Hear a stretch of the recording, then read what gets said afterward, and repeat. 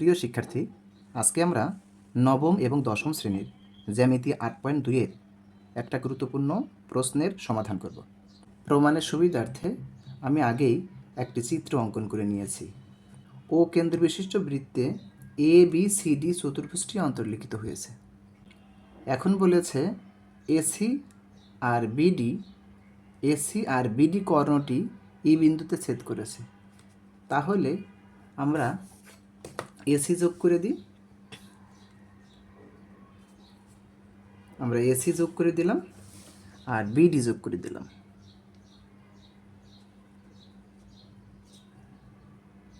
BD যোগ করে দিলাম।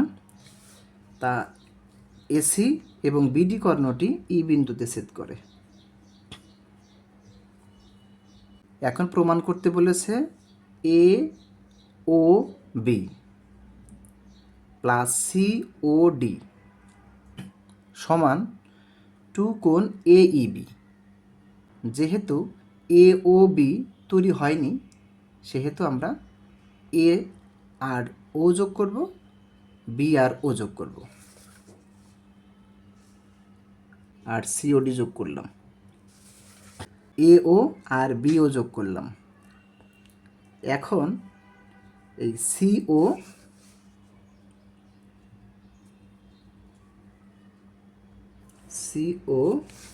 আর ডিও যোগ করব।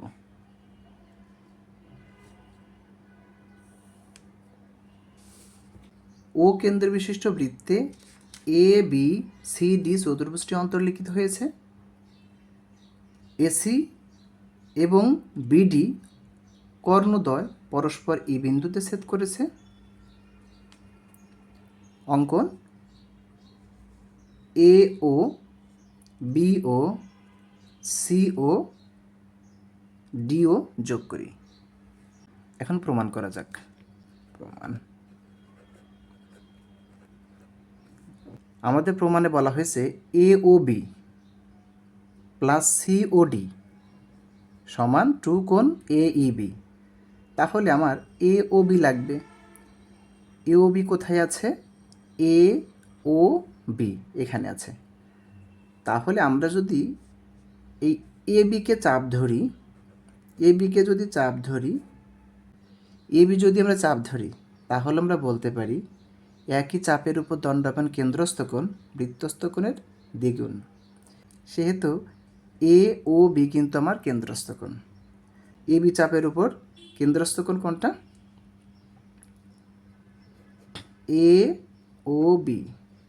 এটা আমরা কেন নিয়েছি? কারণ হচ্ছে এটাই প্রমাণ করতে বলছে। এ ও বি সমান এই যে এইটা যদি কেন্দ্রস্থ কোণ হয়, তাহলে এই চাপের উপর এই যে এইটা হচ্ছে বৃত্তস্থ কোণ, এই যে এইটা হচ্ছে বৃত্তস্থ কোণ। তাহলে 2 কোণ এ ডি বি বলতে পারি, এ ডি বি বলতে পারি। আচ্ছা, এখন কি বলছে? সিওডি লাগবে। তাহলে সিওডি আছে এই সিডি চাপের উপরে।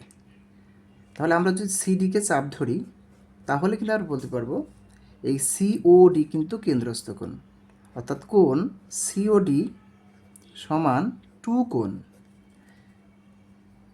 কেন্দ্রস্থ কোণ বৃত্তস্থ কোণের ডাবল। অর্থাৎ এই যে এই চাপের উপর একটা বৃত্তস্থ কোণ আছে, এটার নাম হচ্ছে ডিএসি। ডিএসি এটাকে 2 নং সমীকরণ দিলাম। এখন এই দুটো যোগ করতে বলেছে, আমি কি করব? এই দুটাকে যোগ করব। তাহলে বাম সাইডেরগুলো আগে যোগ করি। কোণ এ ও বি প্লাস কোণ সিওডি সমান, একটু কমন নিয়ে নিলাম, কোণ এ ডিবি প্লাস কোণ ডি এ সি। এখন এই দুইটা কোণের সমান এ ই বি বানালেই আমার প্রমাণ হয়ে যাবে। আচ্ছা, তাহলে আমরা চিত্রে একটা জিনিস লক্ষ্য করি। চিত্রে এ ডি ই একটা ত্রিভুজ আছে, ত্রিভুজের নাম কি A D E, A D E এ। এখন আমরা কিন্তু একটা জিনিস জানি, এখানে কি আছে,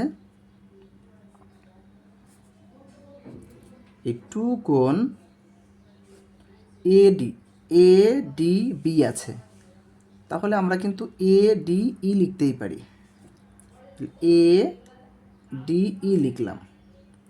আবার ডি এ সি আছে, অর্থাৎ ডি এ সি আছে।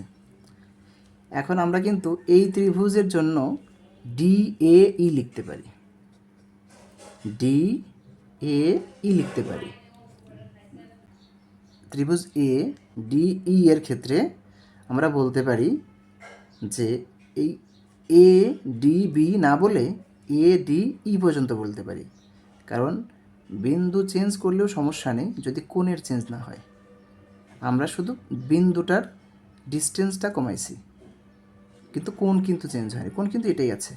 এ ডি বি বললেও যত কোণ, এ ডি ই বললেও ততই কোণ। আচ্ছা, তাহলে আমরা এ ডি বি এর পরিবর্তে এ ডি ই লিখতে পারি, আবার ডি এ সি এর পরিবর্তে ডি এ ই লিখতে পারি। এখন কথা হচ্ছে, আমরা ত্রিভুজের ক্ষেত্রে একটা সূত্র জানি, তা হচ্ছে একটা ত্রিভুজের একটা বাহুকে বর্ধিত করলে যে বহিস্থ কোণ পাওয়া যায় তা বিপরীত অন্তস্থ কোণদ্বয়ের যোগফলের সমান। তাহলে এ ডি ই ত্রিভুজটির এই কোণ আর এই কোণের যোগফল কিন্তু তার বহিস্থ কোণ। আমরা কি জানি, এ ডি ই ত্রিভুজটাকে যদি ডি পর্যন্ত বর্ধিত করি তাহলে যে বহিস্থ কোণ পাওয়া যাবে এই কোণটা, সেইটা হচ্ছে বিপরীত অন্তস্থ কোণ, এই কোণ আর এই কোণের যোগফলের সমান। তাহলে আমাদের তো এইটাই আছে, এই যে এই কোণটা হচ্ছে এইটা আর এই কোণটা হচ্ছে এইটা, তাহলে এদের পরিবর্তে আমরা কি লিখতে পারি, এদের পরিবর্তে আমরা কোণ এ ই বি লিখতে পারি। প্রমাণিত। আমাদের প্রশ্নে বলেছিল কোণ এওবি প্লাস কোণ সিওডি সমান টু কোণ এ ই বি।